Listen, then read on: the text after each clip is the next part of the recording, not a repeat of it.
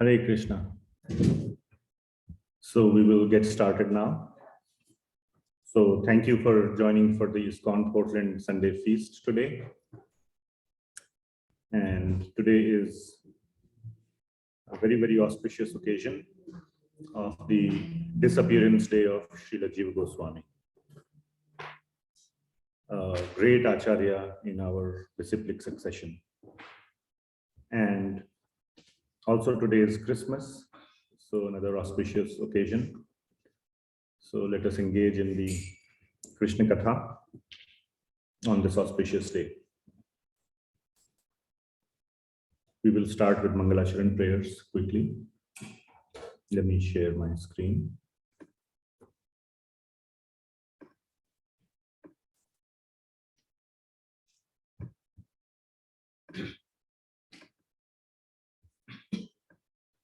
Please chant if possible.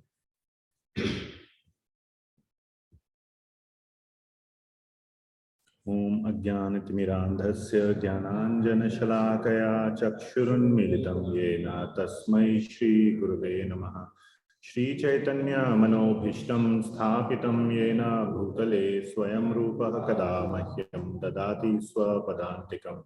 Vandeham Shri Guru Shri Yutah Padakamalam Shri Gurun Vaishnavamscha Shri Rupam Sagrajatam Sahagana Raghunathan Vitam Tam Sajivam Sadvaitam Savadutam Parijana Sahitam Krishna Chaitanya Devam Shri Radha Krishna Padan Sahagana Lalita Shri Vishakhan Vitamscha Namam Vishnupadaya Krishna Pristhaya Bhutale Srimate Bhakti Vedanta Swami Niti Namini Namaste Saraswati Devi Gauravani Pracharine Nirvishesha Shunyavadi Paschatya Desha Tarini He Krishna Karuna Sindhu Deenabandho Jagatpate Gopesha Gopika Kanta Radha Kanta Namostute Tapta Kanchana Gaurangi Radhe Vrindavaneshwari Vrishabhanu Sute Devi Pranamami Hari Priye Vanchakalpatarubhyascha Kripa Sindhubhya Evacha Patitanam Pavanebhyo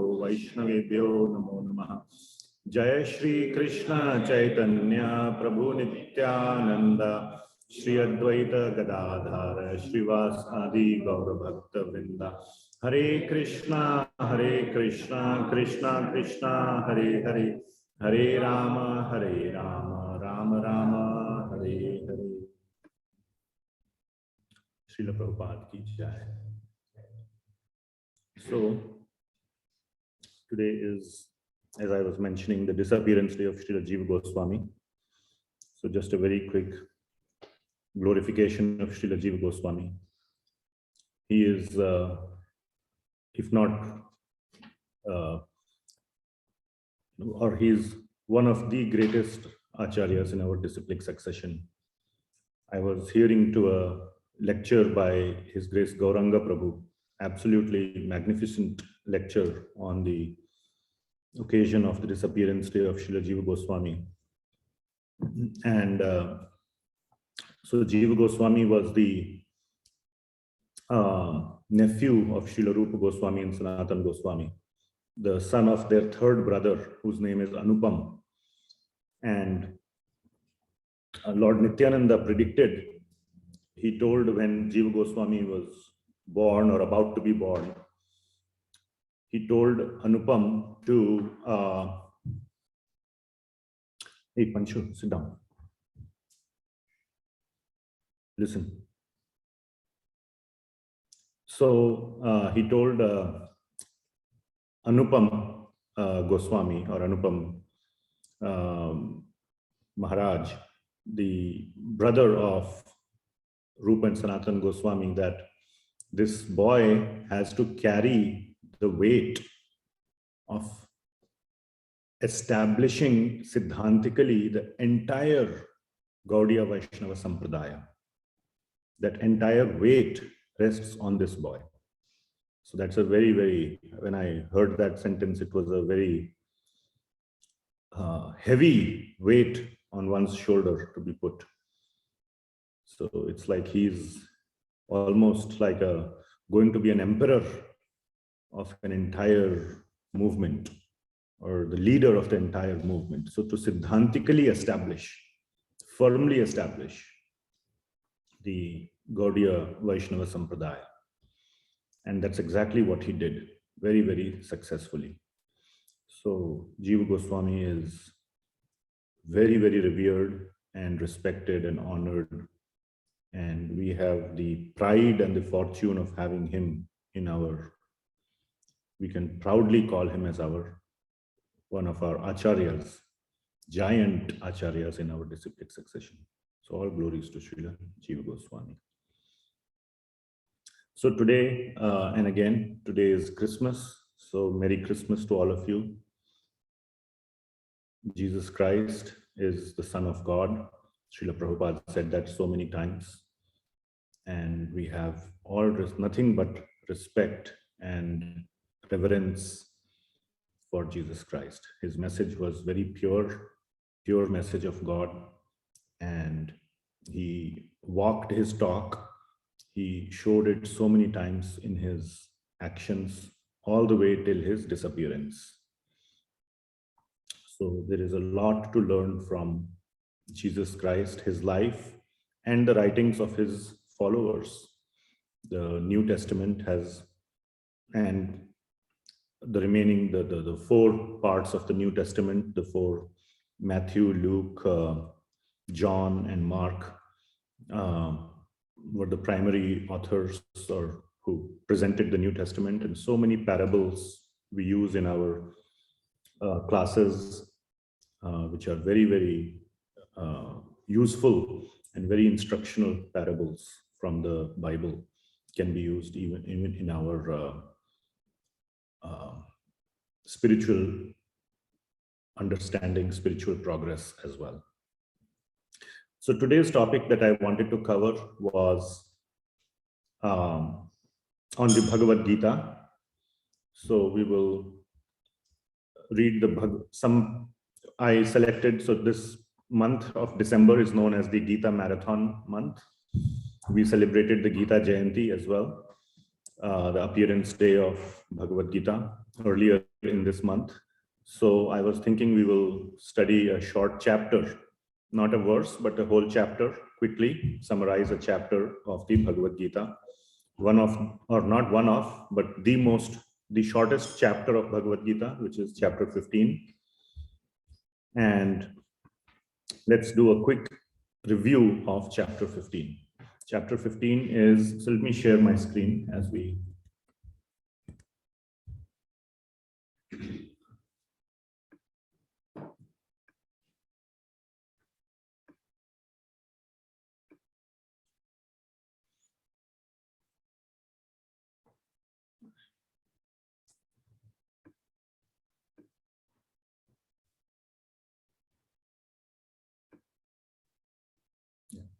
So I hope you can all see this. Bhagavad Gita chapter 15, it is known as the Yoga of the Supreme Person or Purushottam Yoga. So we will do a quick review of chapter 15. Chapter 15 provides a very, very beautiful summary of all the teachings, all the main teachings of Bhagavad Gita. But in 1 hour, or whatever is left of 1 hour, 50 minutes are left, we will cover even some selected portions that I have selected from the 15th chapter. So I had made this presentation for new people and to use 15th chapter to give them a flavor of the Bhagavad Gita. And all of you are, very sweet devotees, already. So it should be easy to understand. So the 15th chapter of Bhagavad Gita, like I said, gives a very nice summary or overview of the contents of the entire Bhagavad Gita in a very nice manner. In just 20 verses, Lord Krishna has compressed. First of all, Lord Krishna compressed the entire knowledge of the Vedas into 700 verses of the Bhagavad Gita. All the Vedic concepts, at least that I have come across in the last 15, 20 years through reading and question answers, there is some connection, some hint. One line, one word of Bhagavad Gita points towards that concept. Everything is contained in Bhagavad Gita. And further, in just 20 verses, all the main concepts of Bhagavad Gita itself are also captured within the 15th chapter as well. So it's a very, very beautiful chapter, and we will go through it. So the 15th chapter starts with the conception of an inverted tree. So you all know what is the inverted tree, right? So can one of you mention, where have you seen an inverted tree? Water. Huh? Bank of rivers in water as a reflection. So very nice. That's the picture I have shown here. We see an inverted tree. So the Bhagavad Gita chapter 15 starts with this line, Urdhva Moolam Adha Shakham. Moola means root, Urdhva means upward. So the roots are upward and Adha means down, Shakha means branch. So the branches are downwards. So that you can see in the reflection. Now comes the question. What is the difference between a real tree and an inverted tree? Of course, one is upside down. That's a straightforward. But practically speaking, what is the difference between a real tree and an inverted tree? Yes.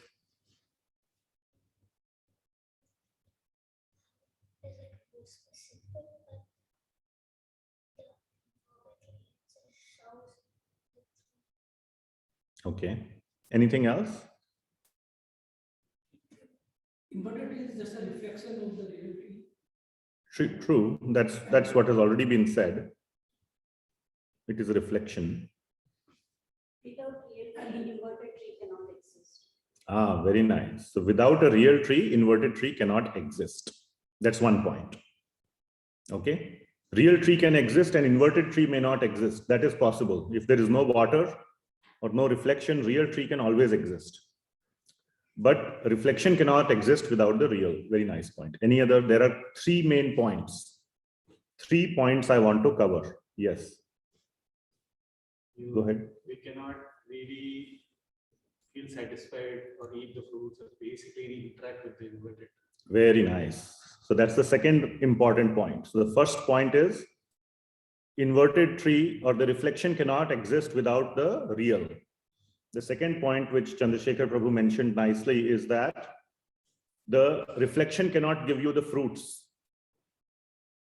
Like a mirage. It's like a mirage, you know, in the desert. If somebody wants to drink water and he looks at the mirage, what does he get when he reaches there?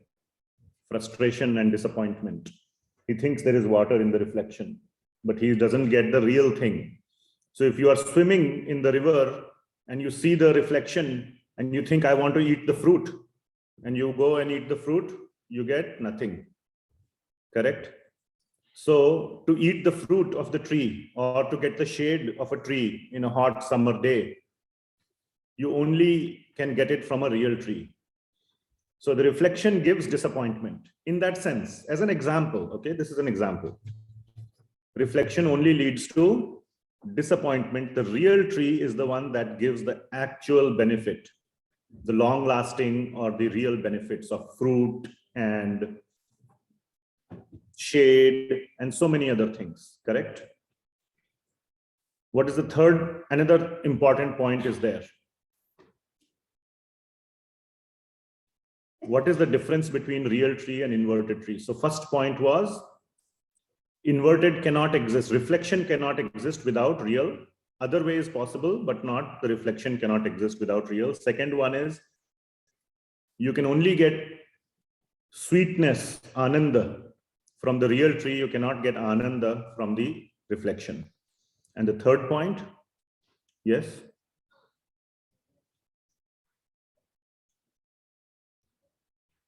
Okay.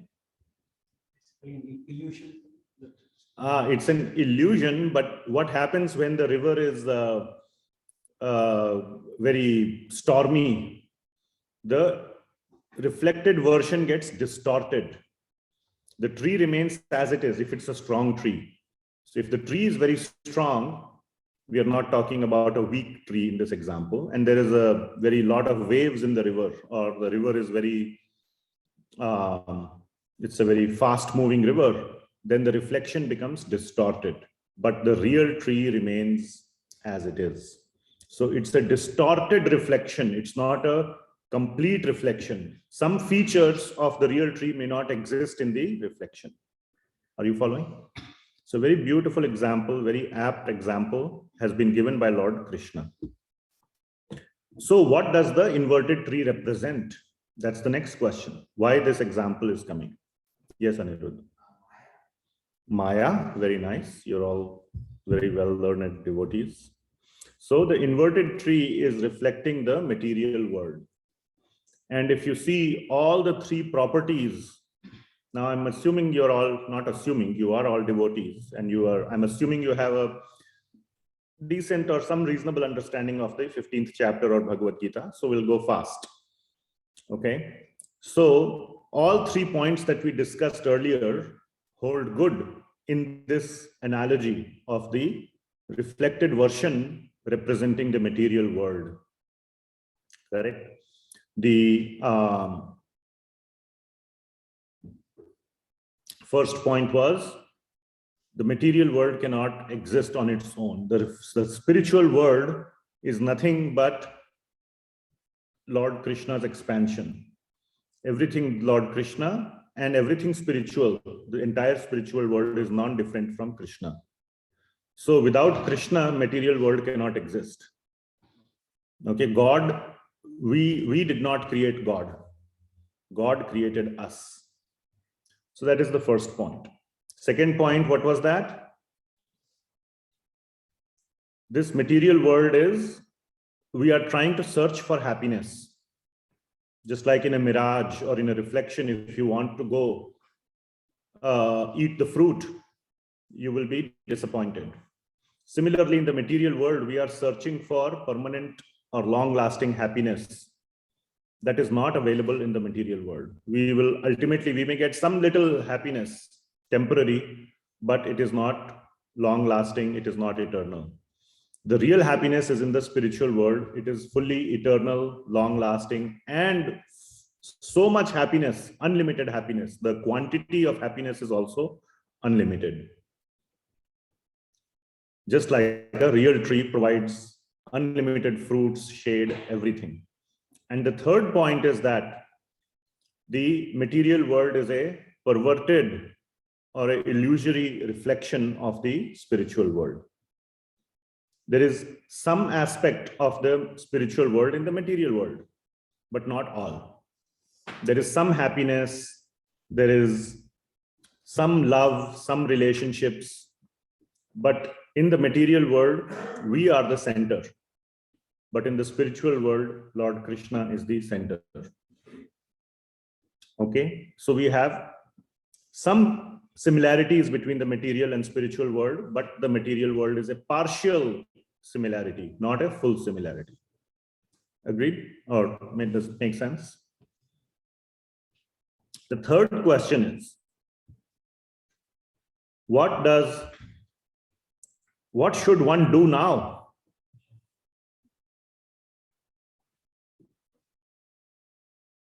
So for the second point, in the second verse of the 15th chapter,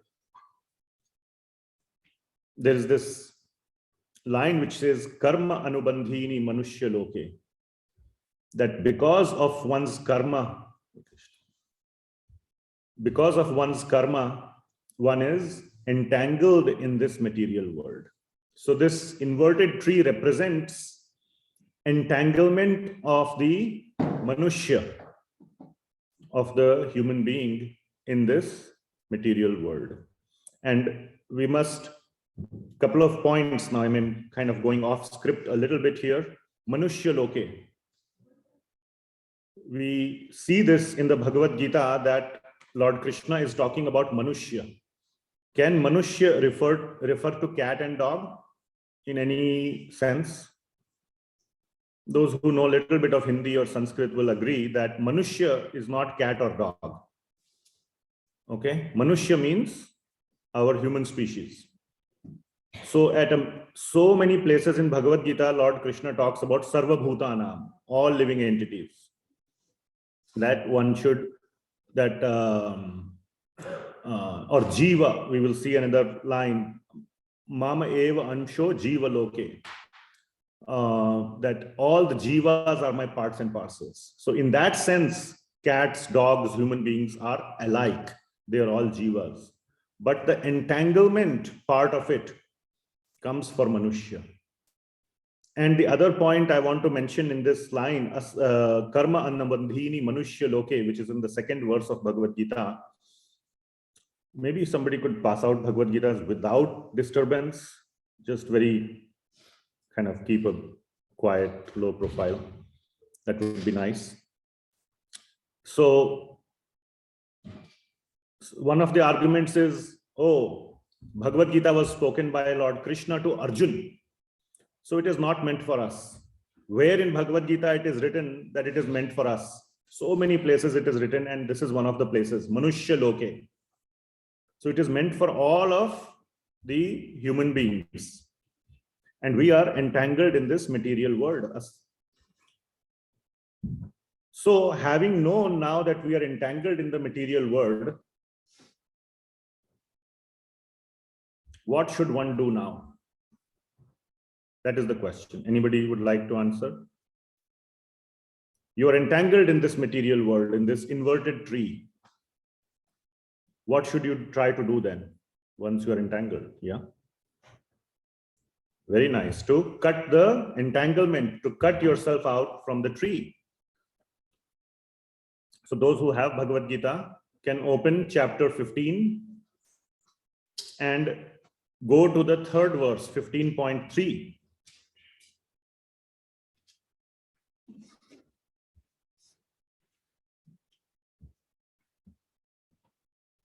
And there are two things that are mentioned. So one is cut yourself from the tree. And then do what? Cut yourself, then again the roots will grow. Tree is a living thing, right? The roots will grow and they will again capture you. So what should you do? So become detached is like you cut yourself and you became detached. There, I would put it in the same category. There's another important point. Yes, Lokanshu. Uproot the tree. Okay, well, that's a tall order. I could agree that could be an option. But that's not an option that Lord Krishna gives. He says Prakriti, both Jiva and Prakriti in the 13th chapter, Lord Krishna says both are eternal. So Prakriti, which is being represented by this inverted tree, is eternal. It's not within Jiva's capacity to uproot the tree. Okay, that's a very tall order. That's a good answer, very good answer, but impossible for Jiva to do. Surrender to the Supreme Personality. Exactly, very nice. Vinil Prabhu said, surrender to the Supreme Personality. So cut yourself or detach yourself, as somebody said, and not only just stay detached, because the tree will then again attach itself or attach you to it. You better detach yourself and attach yourself somewhere else. So those are the two important points that are being mentioned right there in the Bhagavad Gita, 3rd verse and 4th verse. The 3rd verse says, Asanga shastrena dridhena chitva. So chitva means to cut. And you need a weapon to cut, shastra. What is the shastra with which you need to do chitva? To do the cutting? We just read it. Asanga shastrena drihena chitva. Each word of the Bhagavad Gita is so important. Chitva means we have to cut the tree. Shastra, with some weapon. And then there are 2 attributes given. So what is that weapon? Please tell me. Nobody? Detachment, yes, asanga. And there is another attribute. Huh? Dridhena, with strength or with determination. With determination, using the weapon of detachment, you must cut this tree. So that means there needs to be determination in the act of the cutting. If you just have little bit detachment but no determination, then it will again, so this tree is very strong. It won't let go of you. That is what is being said here. So you need to do dridhena chitva with asanga shastra, with the weapon of detachment. And the fourth verse, the third line says, Tameva chadyam purusham prapadye. So prapadya word is also very important, which means to take shelter of. So, ye yatha mam prapadyante, or bahunam janmanamante jnanavan mam prapadyate. And another time this word comes prapadya, where? Anyone can give one more example? Daivihi esha gunmayi mama maya duratyaya mameva ye prapadyante. So prapadyante word is appearing so many times in Bhagavad Gita. We discussed just 4 examples. So take shelter of, and all these places, ye yatha mam prapadyante, or Daivihi esha gunmayi mama maya duratyaya ye, what is that? Mam eva ye prapadyante, mam, or bahunam janmanamante jnanavan mam prapadyate. Everywhere Lord Krishna is saying surrender or take shelter of me. Similarly here he is saying adi purusham prapadye cha adyam purusham prapadye. Adi purusha means that's another name for Krishna, or the original person, adi purusha. So take shelter of Bhagavan. So those are the 2 things. So the third question on the screen here has 2 answers. So let's quickly review what are the 2 answers. What's the first answer? Say the full thing. It's not just detachment. Huh? Yes, Ram. Detachment with determination. Very nice. And the second answer? Attachment or taking shelter of Krishna. So those are the 2 answers to the third question. So we'll progress further. Now the discussion is going deeper. So we just discussed this inverted tree. Now we have understood the points, the important points of the inverted tree. Now we will talk about the real tree. Okay. So that real tree, like we discussed, is the spiritual world. The material world is we discussed 3 points about the inverted tree. It's a illusory or a perverted reflection. It doesn't give the happiness.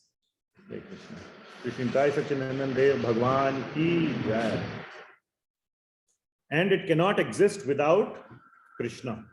So that we know. So this real tree is, what is this real tree? Can I have a Bhagavad Gita? Thank you. So what is this real tree? This is a very, very, please give Prabhuji ko de do ek.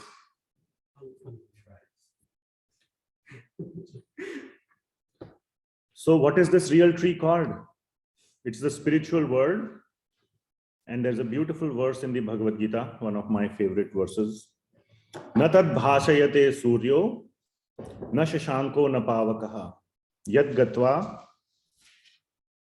na nivartante tad dhama paramam mama. So that is the Vaikuntha Lok. So that is the place where Lord Krishna resides. Tad dhama paramam, not only it is the param dham, it is my dham, Lord Krishna says, mama. And having gone there, yad gatva na nivartante. Nobody comes back. And this place does not need any other energy, any other source of energy. No Surya, no Pavaka, no Shashanka, no anything. Because everything is coming from Lord Krishna himself. So that is the place. And then, so now we understand that we are entangled in this inverted tree of material world. There is a real tree out there where there is eternal happiness. Yad gatva na nivartante. That is the point. It is eternal. Na nivartante means eternal, right? Eternality. And where it is written that it is full of happiness, how can you conclude that? Again, 15th chapter is a summary. You can conclude that because Lord Krishna is saying it's the param dhama, tad dhamam paramam mama. So it's the topmost dham, and if it is the topmost dham, we can conclude that all the nice things are there in the dham, which means full happiness, and it is eternal as well, na nivartante. So we understood all that. So what is our connection with that dham? Or what is our connection with Bhagavan? 2 times he has already said, take shelter of Adi Purusha. And he has said, my dham is that. My. So he has already referred to himself 2 times. So why should the Jiva aim to go there? What is his connection? What is his relationship? Like I can see a lot of college going children are back from school. So they come home to their parents' house, right? They wouldn't go to Las Vegas or New York or something. So what is our relationship with Bhagavan? Why should we have that connection to Tad Dham? Okay, it is your Dham, good for you. It's like, your Bill Gates's or, White House. Fine, he's living there. What is my connection with that? You live where you are. I am living where I am. You are happy. I am happy. We also belong there as we are parts and parcels. Very nice. Parts and parcels of Krishna. So where it is mentioned in Bhagavad Gita chapter 15? Yes, sir. In the next verse. So you can see how Lord Krishna has very nicely developed the entire thought where he says, Mameva amsho jiva loke, jiva bhutaha sanatanaha. So, Mama eva amsho jiva loke. In this jiva loka, all the jivas, jiva bhutaha, who are eternal, sanatana, eternal living entities. The jiva is an eternal part and parcel, amsha. So, Mama eva amsha. Eva word is also important, means only my amsha. They are my children. I am not the uncle or the, some distant relative. They are directly my Mama eva amsha. They are only my amsha. Not anybody else's amsha. So it's not like I have one house here, one house there. I can choose wherever I want to go. I have exactly one real home, which is Vaikuntha, or described in the 6th verse, Tad dhama paramam mama. So Mameva amsho jiva loke jiva bhutaha sanatana. We are all amsha or parts and parcels of Bhagavan, and that is why we need to aspire to go back to the Param Dham, to the place of Lord Krishna. After we have enjoyed our vacation time here and we realized our credit card has been maxed out, now we are kicked out, the temporary happiness is over. Now let's go back to Father's home, where we don't have to, pay for everything. We don't have to work so hard. Everything is available fully, eternally, and we'll be fully happy. So, why, one can ask, I will put both these questions here. What is the proof, or what is the symptom that we are dissatisfied in this material world. Are we dissatisfied in the material world, first of all? Anybody here who is fully satisfied? Fully satisfied? Everything going great? Sorry, I couldn't. Can you lower your mask? You can never escape birth, death. Yes, very nice. 4 main problems are always there: birth, old age, disease, and death. Out of these, disease, one can say, may not be there for some lucky people in this life. Maybe in the next life it might be there, but death, old age, birth, all will be there. Birth is also problematic. Have you seen, I don't want to be too gross here, but in some torture chambers, they put you in a small cell where you have to be like, like a crawled up, and they lock you in a box. That's one way of torture. Try lying down in one position for 2 hours. That's the situation of the embryo in the womb. The Shastras say that when the embryo is in the womb, he prays, "Get me out of here, I will always be your devotee." But after coming out, he's like, "Oh, this place is nice." Next time, a little bit later. Like my children say, 5 more minutes. Yes, you have a question? You're raising your hand. The one big problem is that is not really a problem. That is something that everyone gets once in a while. So it's really common and just like a lifestyle. It's not really a problem. Everyone gets it. Okay, that's a very profound statement, that death is not a problem. Everyone gets it. So you're looking at a problem as only something that only a few people get. There could be a problem that everyone gets. Again, I don't want to be too graphic here, but nobody wants to die. So anything that someone doesn't want is a problem. Okay? If I take away all your toys, is that a problem for you? Yes. Okay. So you enjoy with your toys. Similarly, we enjoy using our bodies. So body is so to say, a toy or an instrument of our enjoyment. You wouldn't like it if I take your body away from you.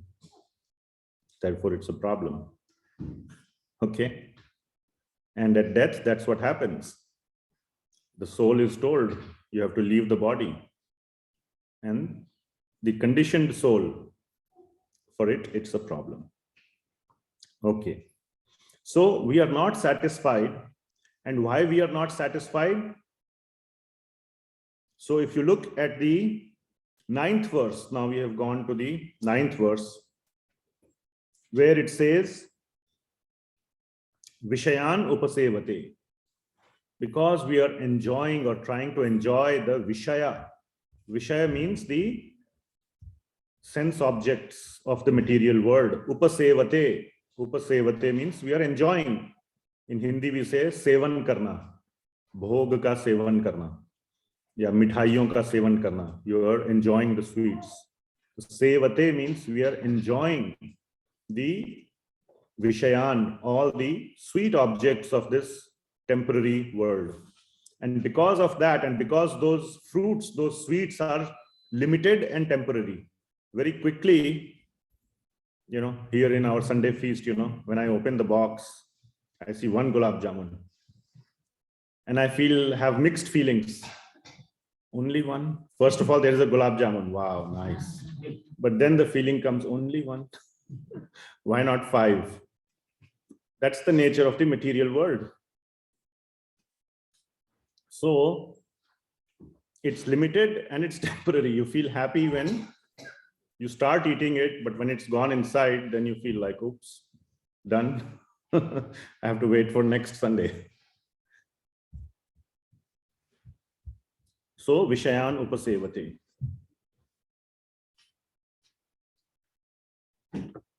So all this is happening, isn't it? I gave the nice or funny example of gulab jamun, and everybody can understand this. This child also understood why death is a problem to some extent. But he's not going to start, becoming a yogi from today. He will continue with his life happily with his little brother and go back. And, we all will listen all this Bhagavad Gita, go back and lead a nice life. Wherever we are, we'll go back into our wonderful situations.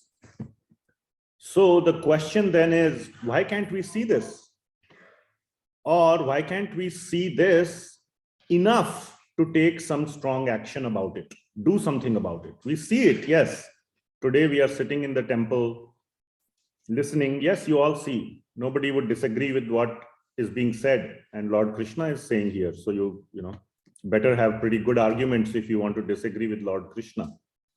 And there are no reasonable arguments. So why are we not able to see this? Lack of real knowledge. Very nice. Lack of real knowledge. So knowledge is there. You're holding it right there in your hands. It's the most profound book of knowledge. So knowledge is available. So lack of knowledge, you said, that's like saying to a poor child, hey, why can't you study? Lack of books, lack of good school, lack of teachers. So I cannot study. That is like putting the blame somewhere there. So you're right, but can you turn the statement a little bit? Not understanding or not knowing the knowledge. Very nice. Not understanding or not knowing. So one who doesn't understand, straightforward thing, what do you call him? Fool, isn't it? Muda, isn't it? That's exactly what Lord Krishna is saying in the 10th verse. So if you look at the 10th verse of Bhagavad Gita, 15th chapter, Lord Krishna exactly says that. Vimudha na anupashyanti. So it is not just mudha, it is vimudha. Like real foolish person, like a strongly foolish person. Vimudha na anupashyanti. And it is not because the knowledge is not available. Knowledge is available, but he is not able to see it properly. Pashyanti jnana chakshushaha. He is looking at it with material eyes.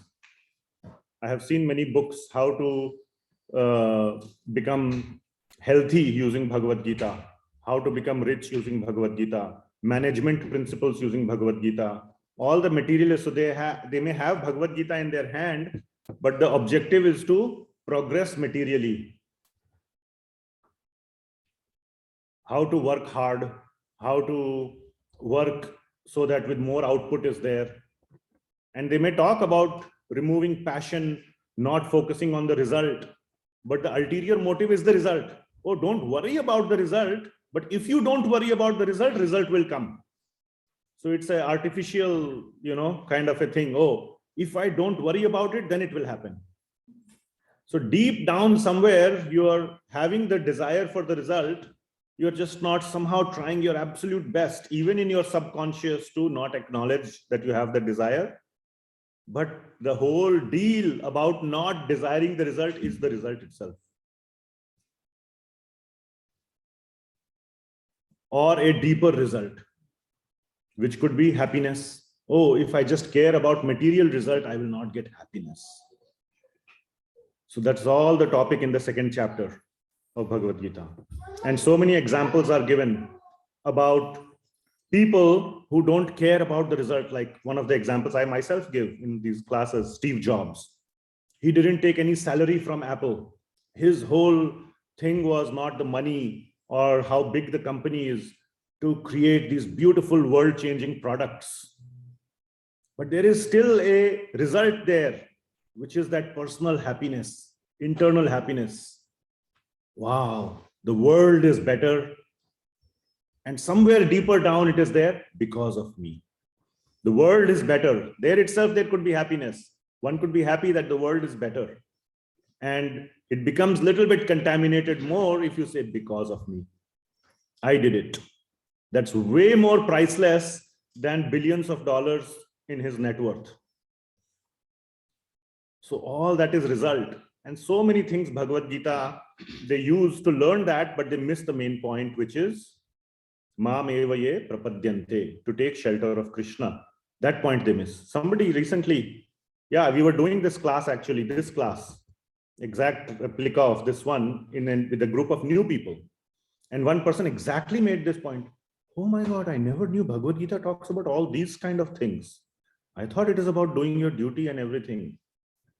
I'm like, yeah, that's what happens when you just remain at second chapter and, So this is the main essence of Bhagavad Gita. So how can we see all this? So why we can't see? Two reasons. Because our minds are closed, vimudha, na anupashyanti, and because of our external barrier, pashyanti jnana chakshushaha, we are not seeing with our jnana chakshu. So how can we see all this? I'll fast forward a little bit. In the 11th verse, Lord Krishna says, Yatanto yogina chainam pashyanti atmani avasthitam. By seeing this knowledge, so you can open the 11th verse and you will see pashyanti atmani avasthitam. And if you learn this knowledge, yatanto yogina chainam, the yogis, those who have really understood the Bhagavad Gita and have seen it, pashyanti, atmani avasthitam, who are situated in the self, which means who have contemplated deeply, who are looking at it from the eyes of the self, not these materialistic eyes, but basically the jnana chakshu. They can see this. So how can we see this? By going to such yogis, by learning from such yogis. They will open it up. Yes, some effort is needed from our side as well. But we must go to the yogis and they can explain us the meaning of the Bhagavad Gita. And we have one very, very great yogi among us here, right here in this room. Where is he? Right there in the back, Srila Prabhupada. But that's just a, we can say, statue. He doesn't talk, speak. So how can we leverage his wisdom? He's sitting there. Yes, his words are right here in our hands. So we have a great yogi among us. We don't call it statue, we call it deity or murti or vigraha. And his words are here. So Vapu is there, the form, and Vachan or words are also there in our hands. And through that we can understand this if we put a little interest. So the next question comes. So we have seen so far, one of the themes of the Bhagavad Gita is, I have to do everything, isn't it? The onus is on you to do everything.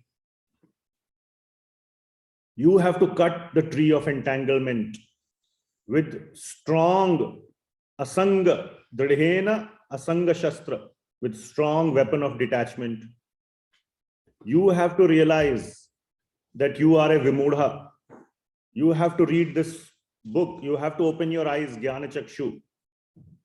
You have to realize everything you have to do. So one can ask the question, Hey Baba, if Bhagavan is our father and I am his amsha, mama eva amsho jiva loke jiva bhutaha sanatanaha. So I am his amsha or I am his child. So shouldn't father also do something? If he wants me to come back, he's just looking and watching like a, mean father. So Lord Krishna is dedicating so many verses, 4 verses, 12, 13, 14, 15, how he is supporting our life, how he is supporting us to come back to him. And it's very important to understand this. It's not easy. So I will summarize, even though generally I would go through these verses, very beautiful verses, 12, 13, 14, 15, that the whole existence, the whole material world is being sustained by Krishna. The planets are moving so nicely. The sun is rising every day. There are seasons. Sometimes we have cold and heat. Everything is perfectly arranged. Our food gets digested nicely. The Lord is giving nice medicines, aushadhi. If we get sick, there is medicine also. Everything is there. So basically, we say in Hindi, roti kapda makan.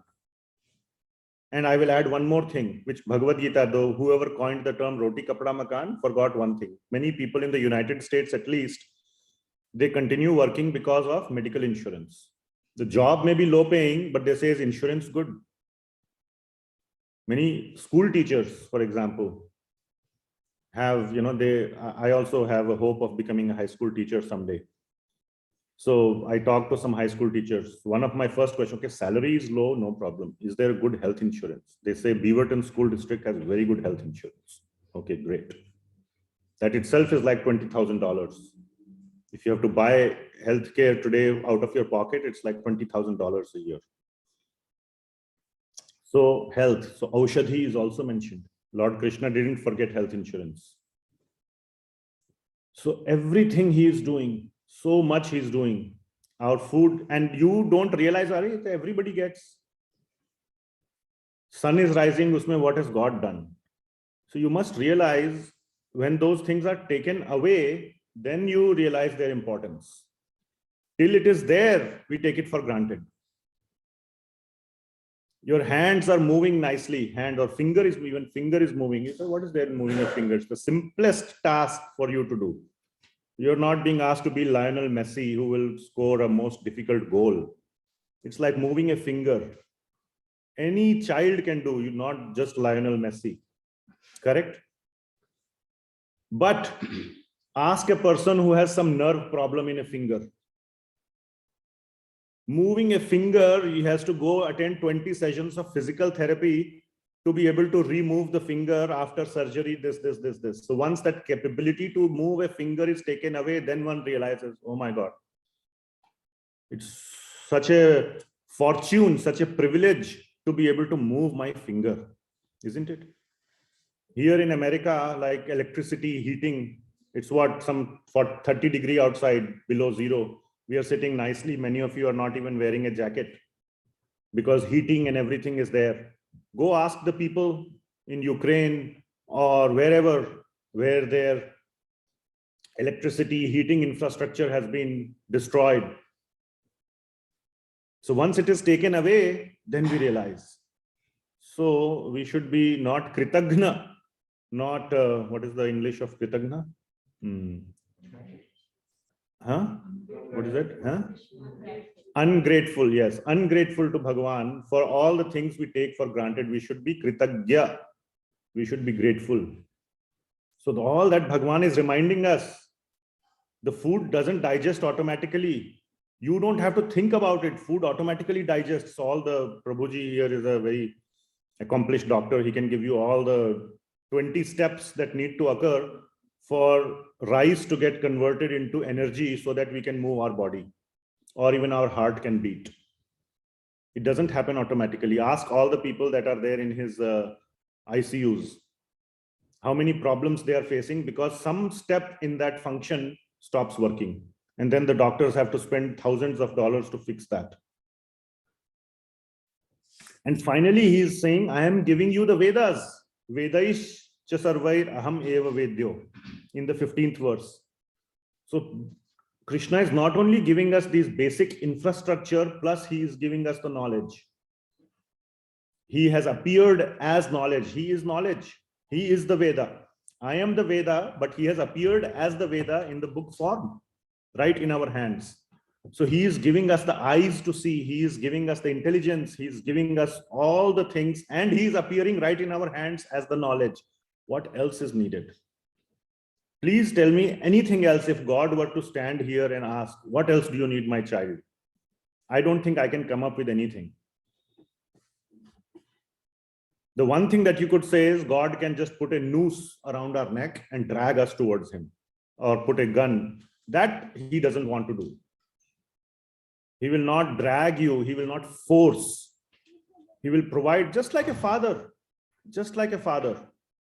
If the child, wants to go a certain way, the father says, okay, you go whatever way you want. I will support you. So do I have to do all this effort on my own, or does God support me? What is the answer? Are you all, does it make sense that God is not just supporting, but he is doing everything possible to support us? So now with this knowledge, one has this knowledge, one has, so quick revision of all the points that we have discussed so far.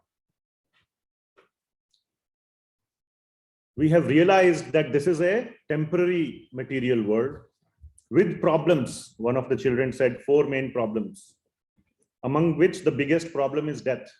Disease is also there, old age is also there. So there are all these problems in this material world. But God is saying you must detach yourself with determination from this material world and attach to Krishna, to him. Go back to that place which is permanent, yad gatva na nivartante, and it's the topmost, the sweetest and best place, tad dhama paramam mama. Go back to the home. And it is not somebody else's home, he is saying, it's your own home. Like when father says, come back to my home, the father, it doesn't mean you come back to my home and I will, give you a, corner to, I'll do some ahsan. What is that? Favor to you by letting you stay in my house. No, it is your house, he is saying. Mamaev amsho jiva loke. You are my amsha. You are my part and parcel. It's your own home. Come back, he is saying. And then he's saying that I have given you everything. If you are not able to see, open your eyes. You are trying to see with closed eyes. Jnana chakshu. Open your eyes and try to understand that you're not happy here in this material world. See what bliss is awaiting you. And then he is creating all the infrastructure to remind us that that is our original home. Vaikuntha is our original home. Tad dhama paramam mama. That tad dhama, that place, which is the topmost place, is my home. He is saying you can come here also because it is also your home. Please come here. So he's inviting us back to our own home, which is Vaikuntha, and we should go there. So while we are here, what should we do? That's the final verse we will discuss today, which is the 19th verse. What is our duty? We should try to go to him. He said, Chadyam Purusham Prapadye, to take shelter of Krishna. And he is again mentioning that very strongly in the 19th verse, where he says, Yo maam evam asam mudho janati purushottamam sa sarva vid bhajanti maam sarva bhavena bharata. So one who knows everything that we discussed so far in the 15th chapter, what does he do? Sa sarva vid bhajati maam. He does bhajan of Krishna. And bhajan doesn't mean put on YouTube Anup Jalota bhajan. That's not the real meaning of bhajan. Yes, that is one small aspect of bhajan. But bhajan is everything that we do as part of our bhakti. It also means keeping Krishna in our mind, in our life, in the center, giving up anything that is not related to Krishna, only putting Krishna everywhere in our life, whether we are cooking, whether we are showering, whether we are taking care of our child or job or anything. We keep Krishna in the center of our life. Just like for many parents, the children are our center. If the children lives outside, every hour you go and check where are they, what are they doing, have they sent me a text? That's always there in the back of the mind. Similarly, keeping Krishna in the back of our mind. Do your duty in the front. To Arjuna also Krishna said, do the war, yuddha, do the yuddha, but always remember me in the back of your mind. So that is the 19th verse. Sa sarvavid bhajati mam sarva bhavena, with a lot of bhav, with a lot of love. Do my bhajan. And then at the end of this life, we can go back to Vaikuntha, from where we will come back. No, we will never come back. Which verse said that? What was the line? Yad gatva na nivartante tad dhama paramam. So that was a very quick summary of 15th chapter, and very nice picture here of Srila Prabhupada, always keeping Lord Krishna in his mind and doing his bhajan 24/7. Even in the sleep, his dreams also would be of Krishna. So thank you very much. Srila Prabhupada ki jai. Vishwitai Sachinandev Bhagwan ki jai. Hare Krishna. Srila Prabhupada ki jai.